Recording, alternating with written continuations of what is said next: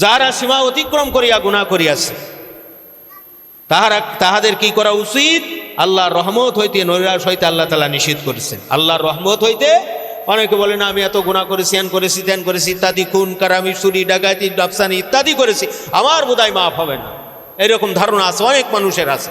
আমাদের সামনে অনেকেই বলে এরকম কথা। আল্লাহ বলেন, কুল ইয়া ইবাদিয়াল্লাযীনা আসরাফু আলা আনফুসিহিম লা তাকনাতু মির রাহমাতিল্লাহ ইন্নাল্লাহা ইয়াগফিরুয যুনুবা জামিআ ইন্নাহু হুয়াল গফুরুর রহিম। আল্লাহ বলেন, হে মুহাম্মদ সাল্লাল্লাহু আলাইহি সাল্লাম, তুমি বলিয়া দাও, যাহারা সীমা অতিক্রম করিয়া গুনাহ করিয়াছে তাহারা আল্লাহর রহমত হইতে নৈরাশ হইও না। সুবহানাল্লাহ। যতই গুনাহ করুক না কেন আল্লাহর ক্ষমার দরজা অনেক অনেক গুণ। বলি এই আয়াত কোন সময় নাজিল হয়? মক্কা বিজয় হয়েছে। মক্কা কি হলো? বিজয় হলো। তা আপনার টাটকা টাটকা কাফের তারা চিন্তা করলো যে এই মক্কা বিজয় হয়ে গেছে, এখন মুসলমানরা আমাদের আর নিস্তান রাখবে না। যত ধর্মযুদ্ধ হয়েছে, মুসলমানের বাধা দেওয়া হয়েছে, আমাদের কারণে হয়েছে। কাজেই আজকে মক্কা যখন বিজয় হয়ে গেছে আমাদের আর নিস্তান নাই, এরকম ধারণা। কিন্তু ইসলামের ধারণা একরকম, মানুষের ধারণা কি অন্যরকম। একটা সাধারণ, এই যে সরকার 14-15 বছর বিশাল কাজ করেছে না, তা আপনার 1 সেকেন্ডের ভুলের কারণে সব পয়মাল হয়ে গেছে। আল্লাহ কিন্তু এটা চাই না, আল্লাহ এটা চাই না। তখন আপনার আলকামা ছিল সাথে, আর একজন মহিলাও ছিল। তারা আরব সাগর পাড়ি দিচ্ছে, কিস্তিতে উঠে, নৌকায় উঠে, মাঝ দরিয়ায় থেমে গেছে। তো বলছেন যে আপন রবের অনুগ্রহ থেকে তারা কি হয়েছে, বিমুখ হচ্ছে, এই জন্য এখানে কিস্তি করে থেমে গেছে। আর লটারি করে দেখো এর মধ্যে কিনা শিকার যায়, শিকার যায় না। লটারি করে এই গিট নামি বেঁধে গেছে। মুরব্বীরা বলল যে বাবা, তোমরা এখানে যদি থাকো তাহলে এই কিস্তি অর্থাৎ নৌকা সামনের দিকে যাবে না, তোমরা আবার মক্কায় ফিরে যাও। তখন তারা মক্কার দিকে ফিরে আসলো, তাদেরকে নাইতো ফেলে দেবে নদীর মধ্যে। তখন আবার তাদের ফিরিয়ে দেওয়া হলো। তো আপনার ফিরিয়ে দিয়ে আসার পরে এখন সাহাবীদেরকে নিয়ে আল্লাহ নবী সাল্লাল্লাহু আলাইহি সাল্লাম, দিন ধর্ম সব মক্কা বিজয় হয়েছে, বিভিন্ন ধরনের আপনার আলাপ আলোচনা হচ্ছে। এর মধ্যে দেখে যে এরাই আসতেছে, এরা তো দাগি আসামি। কি আসামি? দাগি আসামি। তখন কেউ কেউ তরবারিতে টান দেয়। আল্লাহর নবী যখন তার দিকে তাকাইছে বলছেন যে এরাম বিখ্যাত সাহাবীদেরকে এরা কতল করে দিয়েছে, হত্যা করেছে, শহীদ করে দিয়েছে। এরা অমুক জায়গায় কাবা ঘরে বাধা সৃষ্টি করছে, এখানে ইসলামের কাজে, দাওয়াতি কাজে বাধা সৃষ্টি করছে, কুরআন সুন্নাহর কাজে বাধা সৃষ্টি। নবীজির মনটাও খারাপ। এমতো সময় হযরত জিবরাইল আলাইহিস সালাতু ওয়াস সালাম চলে আসলেন কার কাছে? রাসূলুল্লাহর কাছে। আল্লাহু আকবার। এখন সাহাবীরা রেডি হচ্ছে, ওদেরকে কাটবে। যে বুঝ তুমি বোঝো না, এই বুঝের বুঝ দান করেন কে? আল্লাহ। আল্লাহ রাব্বুল আলামিন জিবরাইলের মারফতে তার নবীকে জানাই দিল, হে রাসূল আপনি বলেন, কুল ইয়া ইবাদিয়াল্লাযীনা আসরাফু আলা আনফুসিহিম লা তাকনাতু মির রাহমাতিল্লাহ। আল্লাহ বললেন, হে মুহাম্মদ সাল্লাল্লাহু আলাইহি সাল্লাম তুমি তাদেরকে বলে দাও, তারা তো নৈরাশ হয়ে গেছে, মাফ হবে না।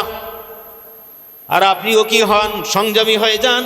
কাজেই তাদেরকে বলেন যে আল্লাহর রহমতের দরিয়া খোলা আছে। তারা খাটি দিলে তওবা করছে, পরবর্তী ইমানদার মুত্তাকি হয়ে গেছে। সুবহানাল্লাহ। এই প্রেক্ষাপটে আয়াতে কারিমা নাযিল হয়েছে।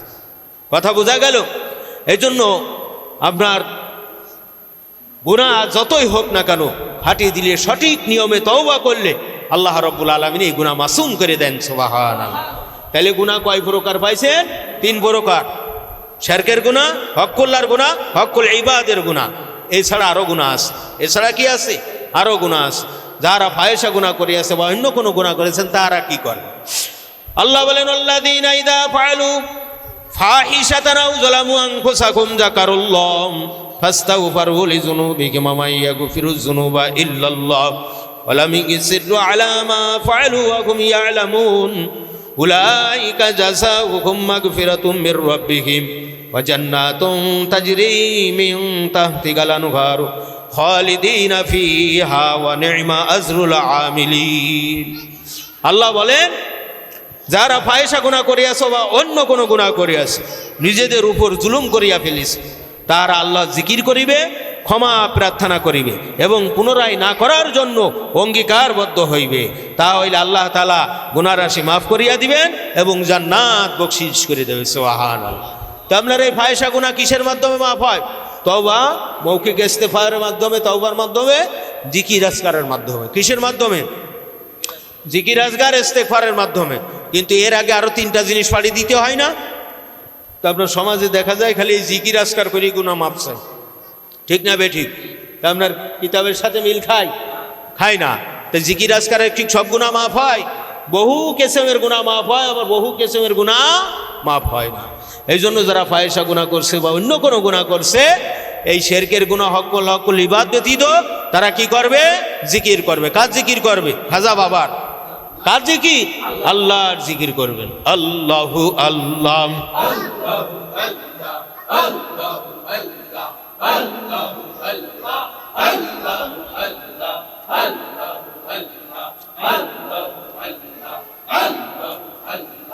লা ইলাহা ইল্লাল্লাহ মুহাম্মাদুর রাসূলুল্লাহ সাল্লাল্লাহু আলাইহি ওয়াসাল্লাম। তাহলে এই তওবা কখন করতে মানুষ সক্ষম হবে? খৌফে ইলাহি, আল্লাহর ভয় যখন আসবে অন্তরে। শিরক করে মহা জুলুম করছি, হকুল্লাহ ইবাদ নষ্ট করে মহা জুলুম করছি, হকুল্লাহ নষ্ট করে মহা জুলুম, ফাহিশা গুনাহ। এই জন্য বলা হয়েছে আল্লাহ তাআলার আযাব গজবের ভয় যখন মানুষের মধ্যে আসে, তখন এই তওবা করতে সক্ষম হয়। কি করতে সক্ষম হয়? তাসাউফের মাসলা কয় ভাগে শিক্ষা করা ফরজ? কি কি? তারিফ, আসবাব, আলামাত, ইলাজ। তওবা দরজা হাসিল হওয়ার আলামত কি? তওবা দরজা হাসিল হওয়ার আলামত, তওবাকারী যখন দেখিতে পাইবে যে শরীয়তের আহকামে জাহেরি, আহকামে বাতিনি মাসলা শিক্ষা করিয়া আমল করিতে সক্ষম হইয়াছে এবং পূর্বকৃত গুনাহের কাজা কাফারা আদায় করিতে পারিয়াছে এবং হকদারের হক যাহা ছিল তা আদায় করিতে সক্ষম হইয়াছে, তখন ধারণা করিতে হইবে তাহার তওবার দরজা হাসিল হইয়াছে। জাহেরি বাতিনি ইলম শিক্ষা করতে সক্ষম, আমল করতেও সক্ষম, আল্লাহর হক হুকুমাত যার কাজা জিম্বাই ছিল কাজা কাফারা আদায় করতে সক্ষম, হকদারের প্রাপ্য হক মিটাই দিতে সক্ষম হয়েছে, তখন বুঝতে হবে তওবাকারী হয়েছে। তখন কি কারী হয়েছে? তওবাকারী হয়েছে। এর আগে কি তওবাকারী হতে পারবে? পারবে না। যাই হোক, ইলমে দ্বীন শিক্ষা করা ফরজ এবং আমল করাও ফরজ। এই দুই ফরজ আদায় না করিয়া শুধু তওবার মুরাকাবা করিলে তওবা হইবে না, অর্থাৎ আল্লাহর আদেশ প্রতিপালন করা হইবে না। তওবার মুরাকাবা আছে, নফল কি আছে? মুরাকাবা আছে। তা আপনার অনেক সাহেব এটা বাতাই দেয়, কিন্তু অসংখ্য হক নষ্ট করছে। আপনার এলেমে ঘাটতি আছে, আমলে ঘাটতি আছে, সেদিকে নাই তওবার মুরাকাবা করতে কাজ হবে? হবে না। এটা নফল মুস্তাহাব। এক ব্যক্তি নিজের জীবনে বহু পরের হক নষ্ট করিয়াছে, সে হকদারের এই হক আদায় সমূহ আদায় করিতে দিতে কিছুতেই রাজি না, কিন্তু পীরের নিকট মুরিদ হইয়া এক তরিকা শেষ করিয়াছে। তার পীর বলেছেন তুমি তওবার মুরাকাবা করিতে করিতে যদি আদম আলাইহিস সালামের সাথে সাক্ষাৎ পাও, তবে তোমার তওবার দরজা হাসিল হইয়া যাইবে। এক্ষণে কোথাও মুরাকাবায় স্বপ্নে আদম আলাইহিস সালামের সহিত সাক্ষাৎ হয়, এই লোকে তওবা হাসিল হইয়াছে কিনা? যতদিন পর্যন্ত সেই ব্যক্তি হকদারের হক আদায় না করিবে দিবে, ততদিন পর্যন্ত তার তওবার দরজা হাসিল হইবে না। তবে সে যে হযরত আদম আলাইহিস সালামের সাথে সাক্ষাৎ করিতেছে, উহা একটা ধোঁকা। উহা কি? ধোঁকা। যেই ব্যক্তি যেই চিজের কল্পনায় নির্মজিত হয়, যেই চিজের কল্পনায় নির্মজিত হয়, চিন্তা গবেষণা করে, সেই ব্যক্তি সেই জিনিসই স্বপ্ন দেখে। সেই ব্যক্তি কি? সেই জিনিসের স্বপ্ন দেখে। কেউ যদি গরুর কল্পনাও চিন্তা করে, গরু দেখতে পারবে। কথা বোঝেননি? তো যাই হোক, হকদারের হক আদায় না করে হাজারবার আদম আলাইহিস সালামকে স্বপ্নের সাথে সাক্ষাৎ করিলে তওবার দরজা হাসিল হইবে না। কথা ঠিক না বে ঠিক?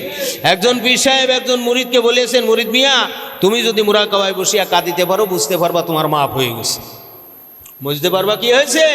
মাফ হয়েছে। আসলে উক্ত ব্যক্তি যতদিন পর্যন্ত কিন্তু তার ভগ্নির মিরাজ সে ফাঁকি দেছে, এখন মুরাকাবায় বসে কান্নাকাটি করে, এখন মাফ হয়ে গেছে? যতদিন পর্যন্ত ভগ্নির মিরাজ সম্পদ বা তাহার মূল্য আদায় না করিয়া দিবে এবং মেয়ের মিরাজের ব্যাপারে সংশোধন না করিবে, ততদিন পর্যন্ত তাহার তওবার দরজা হাসিল হইবে না।